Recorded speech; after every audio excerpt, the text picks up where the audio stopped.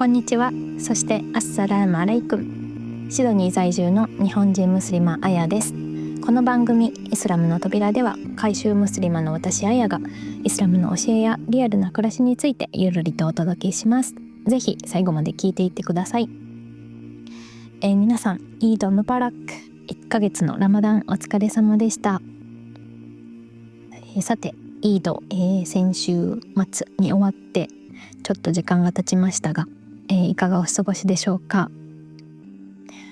イードの日は私は、改宗ムスリマの日本人の友人と、集まってお祈りに行って、その後、友人のお家で美味しいブランチをいただくっていうような感じの、すごく温かい時間を過ごすことができました。久しぶりに日が出てる間にご飯を食べたり、外でコーヒーを飲んだりっていうのをするのがすごくなんか不思議な感じに当日はなりましたね。でラマダンの間は皆さんいつも以上に気合を入れて、いろんな実践とかクランを読んだりとかしてきたかなと思うんですけど、やっぱりラマダンが終わると少し気持ちがなんというかだれてしまうというか、ちょっと気が抜けてしまう部分って誰しも感じるんじゃないかなというふうに思っています。なので今回のエピソードではそんなちょっと気持ちが少し落ちてるなとか、もうちょっと頑張りたいのになとかっていうふうに思ってる方、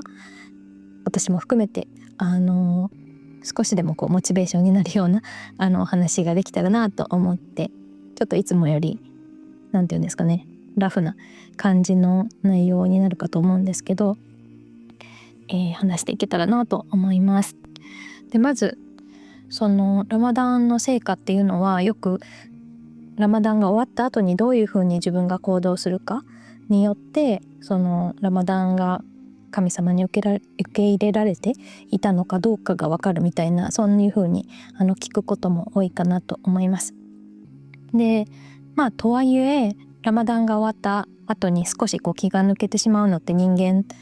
誰でも1ヶ月頑張ってきたらちょっとそういう時期もあるんじゃないかなと思うので、そこまでこの部分だけにとらわれて落ち込む必要はないのかなというふうに個人的には思っていて、でしかもラマダンっていうのはそもそもスピリチュアルなフィジカルでもありますけど、トレーニング、メンタルのトレーニングみたいな部分もあるので、そのトレーニングが終わってちょっと息が切れて、でもトレーニングが終わったからといってそのままなんていうんですかね、そのままやめてしまう、トレーニングを完全に打ち切ってしまったら、せっかく鍛えたものも全部結局はなくなってしまう、筋肉と同じような感じになってしまうかなと思うので、今が一番実は重要な時期なんじゃないかなと思います。シャワール月ですね。でラマダンと同じ量、例えば礼拝、夜のタラウィ礼拝だったりとか、あとはクロアンをたくさん、いつも以上に読んでいたりとか、そういったかなり多分自分をプッシュして多くのことをやってきたと思うんですけど、それを完全に同じ量をラマダンが終わった後もキープし続けるのっていうのはなかなか難しいものがあるかなと思います。もちろんできたら最高なんですけど、仕事だったりいろいろあったりすると思うので、全部が全部キープはできないかもしれないんですけど、同じ量をこなすっていうことを目的とするんじゃなくて、個人的にはその量を少しにしてもいいけど継続させるっていうのを、次のラマダンまでの目標に私はしようかなというふうに思っています。クロアンだったり追加の礼拝だったりとかそういったものをやめない、途切らせないっていうのが個人的にはそこを目標にしたいなというふうに思っています。ハディースでも何度か紹介多分してるかと思うんですけど、神様に最も愛されるのはたとえ少なくても継続される行いであるっていうような、そういうハディースも残されている通りなので、せっかくのトレーニングをしてきたものを継続し続けられるように日々取り組んでいくっていうのを目標にしてみようかなと思っています。で、最近ですね、ちょうど昨日始まったクラスなんですけど、4日間のアフターラマダンインテンシブクラスみたいなのがあって、昨日参加して、そこで紹介された、クロアンの一節ですね。で、16章92節なんですけど、ここではせっかく一生懸命に糸を紡いで編み上げたものを、それをバラバラにほどいてしまう女性のお話が出てきます。で、これは先生が紹介してたのは、私たちは1ヶ月かけてラマダンのという月に断食礼拝、あとは悪い言葉を断つとか、そういうものを全部して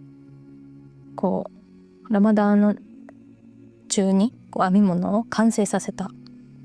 で、ラマダンが終わったからといってその編み物の糸をバーッと引っ張って全部なしに元のバラバラな糸のように戻してしまうっていうのは本当にもったいないことだし、ちょっとありえないですよね。せっかく編んだセーターとか編んだ編み物をぐちゃぐちゃにしてしまうなんてもったいなすぎるので、そういう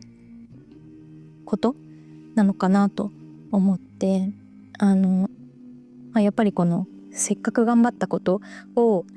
無駄にするっていうのは本当にもったいないので、このラマダンでの頑張り、もしラマダン今年そんなに頑張れなかったよっていう人であっても、少なからず何かしら多分いつもと違うことをやったと思うんですよね。なので少しでもいいことが、少しでもプラスのことをできたのであれば、それまで失ってしまうようなことはないように、今から頑張っていけたらなっていうふうに、このお話を昨日聞いてすごく感じました。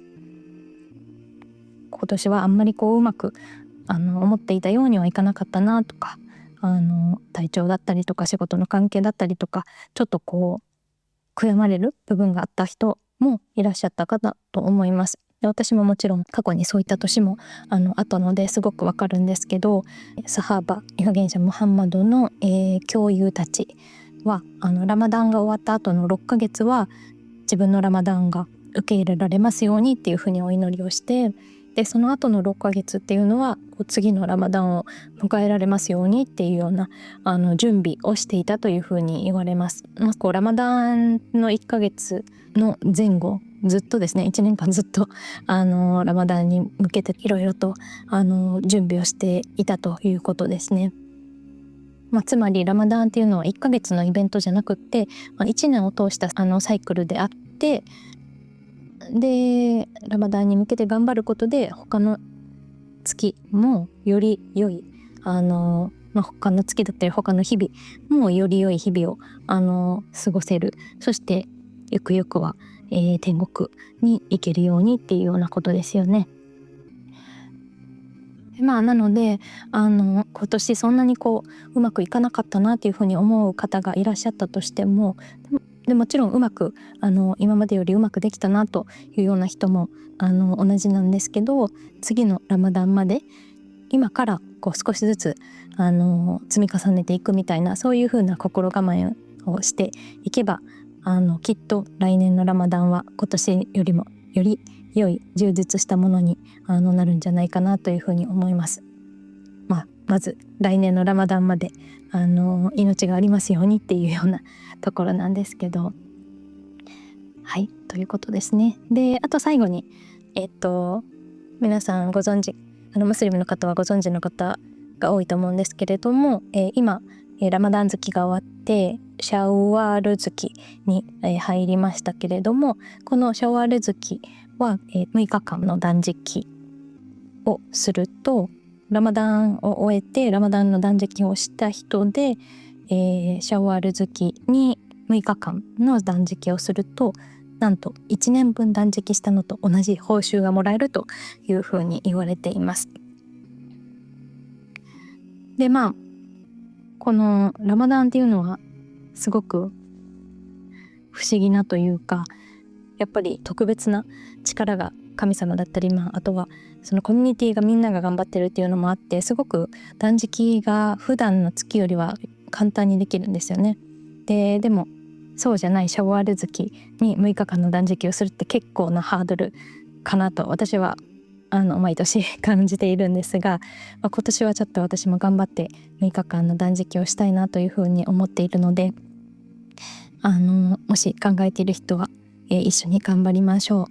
う。でこれは6日間ずっと続けてじゃなくてもバラバラの日でも大丈夫というふうに言われています。この詳しい説明とかはぜひYouTube とかで学者の方の、説明とかを一回聞いてもらった方がいいかなと思うんですけど、ラマダン中に断食ができなかった分を先にメイクアップ先にやり直しをするのかどうかみたいな議論は意見の相違があるみたいなんですけど、とにかくそういう細かいところは置いといて1年分のご褒美をいただけるんだったらちょっと頑張ってみようかなっていう思う方は一緒に頑張ってみましょう。でちなみに6日間できなかったとしても1日でも2日でもできたらそれはそれできっとたくさんの報酬をいただけるもの、